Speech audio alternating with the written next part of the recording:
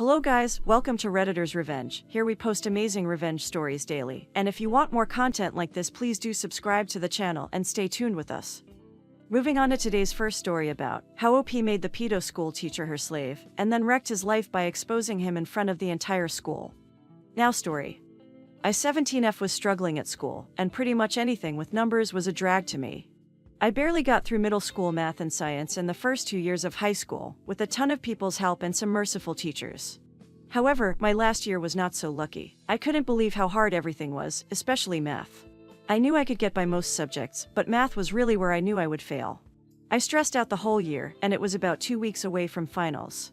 I didn't have a plan, so I was weighing my options of just going to work at a McDonald's.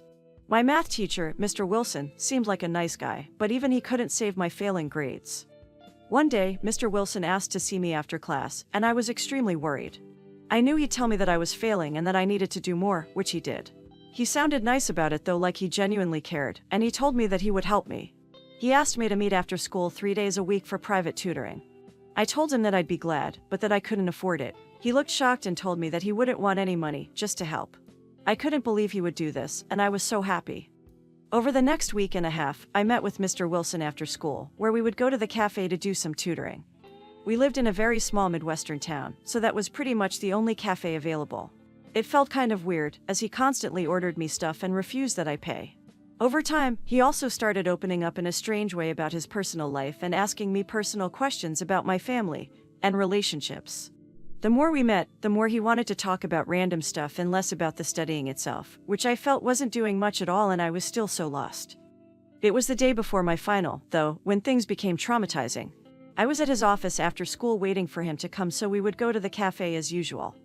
As soon as he came, I broke down crying, telling him that things weren't getting any better, and that I was still so lost. He told me not to worry in an extremely creepy way, with a smile. We got in his car and he drove on a different road than usual.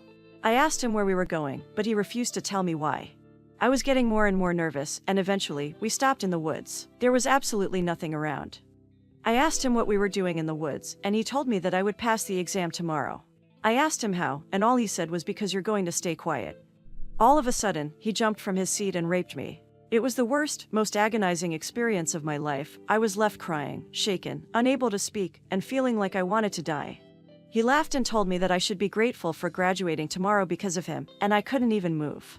He drove me back to school where I was dead silent, terrified, and tears were running down my eyes like waterfalls. As soon as he dropped me off and left, I screamed at the top of my lungs and broke down in the street to the point where some police officers saw me and took me home. They kept asking what was wrong, but I couldn't tell them. I was too scared and just wanted tomorrow to be over. The next day, going to school was like dragging myself through hell. Every inch of the school reminded me of what had happened. I got in the exam room, couldn't even get one question in the exam, and just scribbled and wrote nonsense numbers and left. I couldn't talk to any of my friends or anyone, as I was too terrified. The very image of Mr. Wilson shook me to my core, even if the only power he had over me was whether or not I passed or failed. For the next 2 weeks, I did nothing and barely got out of bed. I lived with my little brother only, so I didn't have parents to talk to about this. I didn't know whether I'd pass and that he'd go by what he said, but even passing felt like a non-achievement after what had happened. Once my results came out, I was in astonishment. He did it and passed me. I wanted to be happy, but I couldn't. I just ended up breaking down in tears again. However, it hit me that he had no power anymore. Now that I had passed and graduated, I could finally take my revenge on him. The first thing I thought about was to call the cops, but I was scared that something would happen and the charges wouldn't stick, as so many sexual predators got away with what they did. Also, while the idea of him going to jail was attractive, I wanted him to suffer far more beforehand. I wanted to hurt him and make him feel the agony I felt, so I started plotting and scheming what I'd do and had a master plan. It all started with me going back to school, not to study, but to become a teacher. Even though I struggled with most subjects, I was good at art, and they needed an art teacher. I got hired and instantly went to make him know about it. I realized that with me under the school board, I finally had something on him. He would be terrified if I told anyone what had happened, as now he has no power over me. On my first day, I went right up to his office. At first, he smiled and looked pleased to see me. He told me to come in and told me that I must be here to thank him for passing. I couldn't believe his nerve of him, and I told him that I was here as a new teacher. His face shifted 180 degrees, and he stuttered. I told him that I was the new art teacher and that I was here for one reason only: make his life a living hell. I told him that if he didn't do exactly what I wanted, I would tell everyone what happened and then call the cops. He acted all macho at first, but then I told him that even a single accusation of child sexual misconduct would get him fired, and his reputation would be down the drain. He looked scared. Perhaps he thought that after what he did, he would never see me again. But he was wrong, I was here to stay. With everyone knowing me there, he had to tread carefully. Also, since I didn't have a complicated subject, he couldn't do anything to get me fired for incompetence. I laid it out before him from the beginning. Anything I wanted, he would get for me. That includes food, drink, supplies, and pretty much anything I asked for. He asked me what I wanted to make this all go away, and I told him I just want revenge. He looked furious, and I was glad. Over the next week, he was pretty much my servant. Anytime I asked for anything, he would get it for me. I kept a close circle with the other teachers and the principal, who was the mom of a student here, so she would be the most shocked if anything about Mr. Wilson, who teaches her daughter where to get out. Whenever we sat, I would start making fun of him in front of everyone and they would laugh. People were starting to question why he did everything I wanted and why I was so comfortable teasing him. I told them that we had a close father-like relationship in high school, so he takes it in good light. One day, he got so fed up with the humiliation that he tried to dominate and threaten me in the hallway. I kept playing along, but then I was just about to fake scream when he backed off and walked away. I had so much fun making fun of him and teasing him, but this wasn't enough. The real revenge hadn't started yet. I knew his car, so I wanted to make sure something would accidentally happen to it. I waited for the perfect moment. He had gone to the bathroom right after the last period, and I made my way quickly to the garage, made sure no one was around and that I was in a blind spot, and completely wrecked his car. I made it seem like it was one of the students, as I graffitied Mr. Wilson sucks and that's for the duck. A school-wide investigation started, as everyone assumed it was a failing student who wanted to get revenge. They investigated this year, but no one had gotten a duck with Mr. Wilson, so they chucked it up to an old student whom they can't find anymore and dropped the investigation. Of course, he knew it was me, but knew he couldn't accuse me of anything. He was literally like a puppy. He kept taking the bus to and from school, and this was the second opportunity for me. I needed to know where he lived, so I sneakily got on the bus with him one day after school, but sat way in the back with sunglasses and a hood up. I watched him get off the bus and then I left after him. I walked around sneakily until I saw which house he entered. Now I knew exactly what to do. The next day, I took a 2-hour early leave, headed straight for his house, found a key under the doormat, and entered. It was an old, disgusting house, so it was perfect for him. I also needed this one to look like an accident, so I did the oldest trick in the book, leave the gas on. I wiped away prints as they do in movies and I left. To make it seem unsuspicious, I returned to the school to continue work, so he wouldn't have noticed me leaving. I made sure to run into him, and he didn't know anything about me being gone for a couple of hours. We were all sitting together in the staff room when he got a call on his phone. His face dropped, and he immediately got up and ran. I tried hard to hide my smile, as I knew exactly what the call was for. The next day, he told everyone all about what had happened. He said the police told him that he had left the gas on and that was the reason. He was going crazy, telling everyone that he never leaves it on and always checks, but of course, everyone told him that accidents happen and people forget. When I was alone, he came up to me, grabbed my arm, and asked me what I knew. I told him I was at the school the whole time and that he saw me, and if he didn't let go of my arm I'd walk straight into the principal's office and tell her everything. He continued his frustration and let go of my arm. I saw him get more and more restless every day. One time, he told me that he would tender his registration solely so I'd have no power over him anymore and he can do whatever he wanted. I told him that he was free to do so and that I'd go straight to the police afterward. He told me that no charges would stick, and I told him that my accusation alone would spread like wildfire, especially since we lived in a very small town and news traveled quickly, and that he'd have to leave the whole town to find a place to work that wouldn't have heard about the accusations. He told me to sleep with one eye open, and that I'd get what was coming to me. I knew he had nothing to threaten me with, but I was still worried. I had to move quickly with my last phase of the plan, which was all-out public exposure. The school was organizing this event the following week, and all the teachers, parents, and students would be there. This was my perfect opportunity to expose him for what he is for pretty much the entire town. I knew this was dangerous and that anything can happen, so I had to be safe. I asked one of the security guards at school if he could stand inside the hall during the presentations. He was curious why, but he agreed. It was the day of the event and I was both excited and terrified. The students were getting honored with certificates and presents, parents were celebrating, and teachers were giving speeches. I made sure Mr. Wilson was in the audience, and I waited for my turn. I got up, thanked everyone, talked a bit about my students, and started tearing up. People were confused, but I continued. I said everything, how I was a struggling student, how he offered to help, and what he did. The gasps and noises coming from the audience were crazy. He leaped from his seat, got on stage, and tried to laugh it off as if it was some kind of joke, but I yanked the mic from his hand, told him what kind of monster he was, and slapped him right across the face. He was about to hit me back when the security officer I talked to before caught his arm and pinned him down. All of a sudden, about a dozen fathers from the audience ran up to the stage and started beating the snot out of Wilson. It was complete chaos, but it was an amazing sight. Mothers were crying, grabbing their daughters, and asking them if he had done anything to them. The police arrived and had to wave their guns at all the fathers to get off of Wilson. When they left, he was a pool of bruises and blood on the floor to the point where they had to pull him out using a stretcher. I got so many colleagues and parents talking to me and telling me everything was okay and that I'd be safe. I told them that I only joined the school staff to do this and that I didn't want to continue teaching, but they told me we'd talk about it later.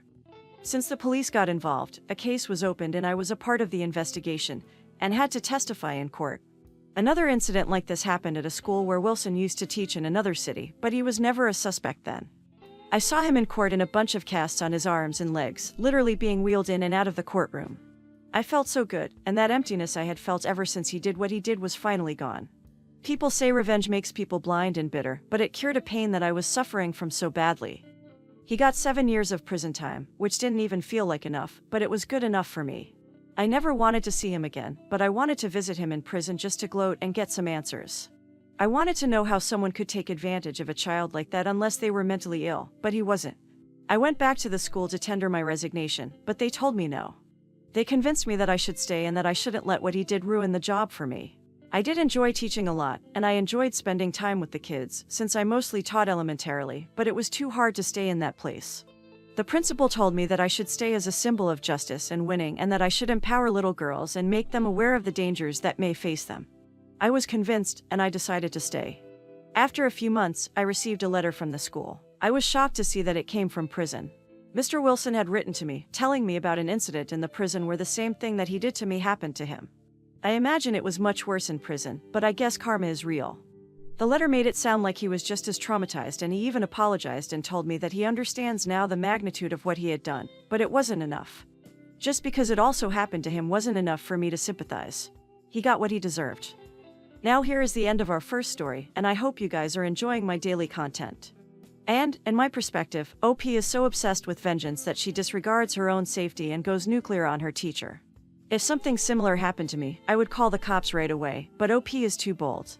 It was also incredibly nice to watch the payback that how OP made him her slave and he couldn't do anything. Guys, let me know what's your opinion about this story, and this revenge is satisfying to you or not. Comment your opinion below. So before moving to the next story, please hit the like button and do subscribe to the channel to stay tuned with us for more awesome stories. Now, moving to our final story. This is a story about my grandparents' friend. I was a young teen, but given the outcome, this story has stuck with me. I've sat on this story for a while, but it's so satisfying to see a gaggle of Karens taken down a notch that I figured I'd share. Now story. For the sake of this story, we will call my grandparents' friend William. Now, my grandparents knew William from way back. My grandmother knew him from school and my grandfather met him after marrying my grandmother. Anyways, in the 60s Grandma was a manager at the 7-Eleven. William led a crew that went there every day. It was the only gas station in a 30-minute radius, so everyone knew everyone in that sleepy coastal town kind of way. Now, one day William was doing a job down on the waterfront and slipped, fell, and broke his back. While he was healing from the operation and was broke as a joke, my grandma would always make sure to send him something to eat that she'd pay for when the crew would come in to grab their snacks and gas up, knowing William would simply skip the meal to save the money for his own family. My grandpa also took him to several doctor's apps since William couldn't drive for a while, and his tiny little wife couldn't wrangle him into a car by herself. William never forgot that. 20 years later, when he sold off his now very successful business and was a millionaire about 20 times over, he promptly told 90% of the world to go to hell but kept those that had always been there for him close. Meanwhile, he never moved from the house that he'd had since before he was rich. His only concessions to his wealth were trips with his wife to see the world and buying up quite a few acres of the forested land around him.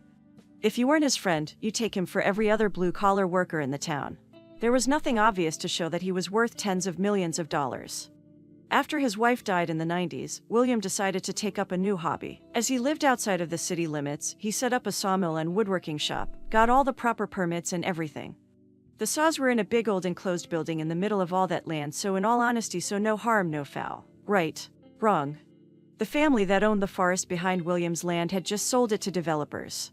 Thus, the new luxury-gated neighborhood, the first in the area, was born.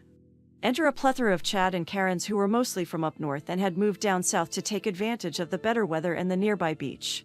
It didn't take long before they decided to take offense to his little business venture on the other side of the 10-feet-tall wall of their neighborhood because it didn't fit with the image of their community. You know, the community he was decidedly not a part of. So, they sued him. Didn't even try to start a dialogue with him, just up and sued him. William was livid. He was your typical coastal redneck, and he would be damned if those damn Yankees told him what to do on his property that was not within city limits nor located in an HOA. William countered with professional noise studies that showed that some of the kids in that neighborhood drove vehicles that made more ambient noise than his little operation. Nope, the people in the neighborhood simply threw more money at the lawyers to continue with the lawsuit. Essentially, they planned to bleed him dry. Their lawyers, who were not locals, actually told William's lawyer that he should probably advise his client to close the shop so that he wouldn't end up bankrupt due to the resources being thrown at him from the homeowners. Due to the relatively modest surroundings of his home, the neighbors nor their lawyers had any idea the man was richer than just about all of them put together. All they saw was an older dude who drove a beat-up 80s model truck and wore Dickies jeans and work shirts that lived in what appeared to be a relatively modest home, especially compared to their McMansions. When William's lawyer told him about that conversation, William lost his ducking mind. I clearly remember his screeching into my parents' driveway in that old work truck, cussing up a storm and ranting and raving before he even got in the house. He came to our house, why? Because my grandmother was known as one of the most giving people in the world, unless you pissed her off. If you hurt her or someone she cared for, she became one of the most vindictive a-holes that could be found in that town. I am not kidding when I say that her ability for revenge served cold was legendary amongst the locals. So William had come to the house for a dose of her deviousness. We kids weren't allowed inside during that conversation. But after he left that day, I later heard the adults talking about how he proceeded to hire quite a few private investigators to see if there would be any dirt to dig up on them. By then, I mean the dozens of people in that neighborhood that were a part of that lawsuit. Lo and behold, there were copious amounts of dirt to be had. I still remember him positively crowing about it to my grandparents one fine summer day months later. That 60-something-year-old man was as gleeful as the proverbial kid on Christmas morning. Why? Because after he learned what his little private army dug up, he started making some phone calls to various acquaintances in high places. The ensuing fallout meant that the lawsuit was dropped. There was quite a list of misdeeds that were discovered, but the ones that I heard talked about by the adults that stick out are: there were more than a handful of individuals that owed back child support. William very helpfully had the private investigators provide the mother's updated address and employment information so that they could pursue said child support garnishment if they wanted to. On top of that, the IRS became very interested in several of those people as well as various other neighbors. Finally, one household ended up in prison because the investigators realized that they were drug dealers. The pictures of the transactions caught by the pies were helpfully handed over to the sheriff's department. Moral of the story: never piss off a rich redneck. Now, here is the end of our today's video. I hope you are enjoying my content. Guys, let me know your opinion about this story and the entitled Karen who judged William too quickly and tried to mess with him. So before leaving, please hit the like button and do subscribe to the channel to stay tuned with us for more awesome stories.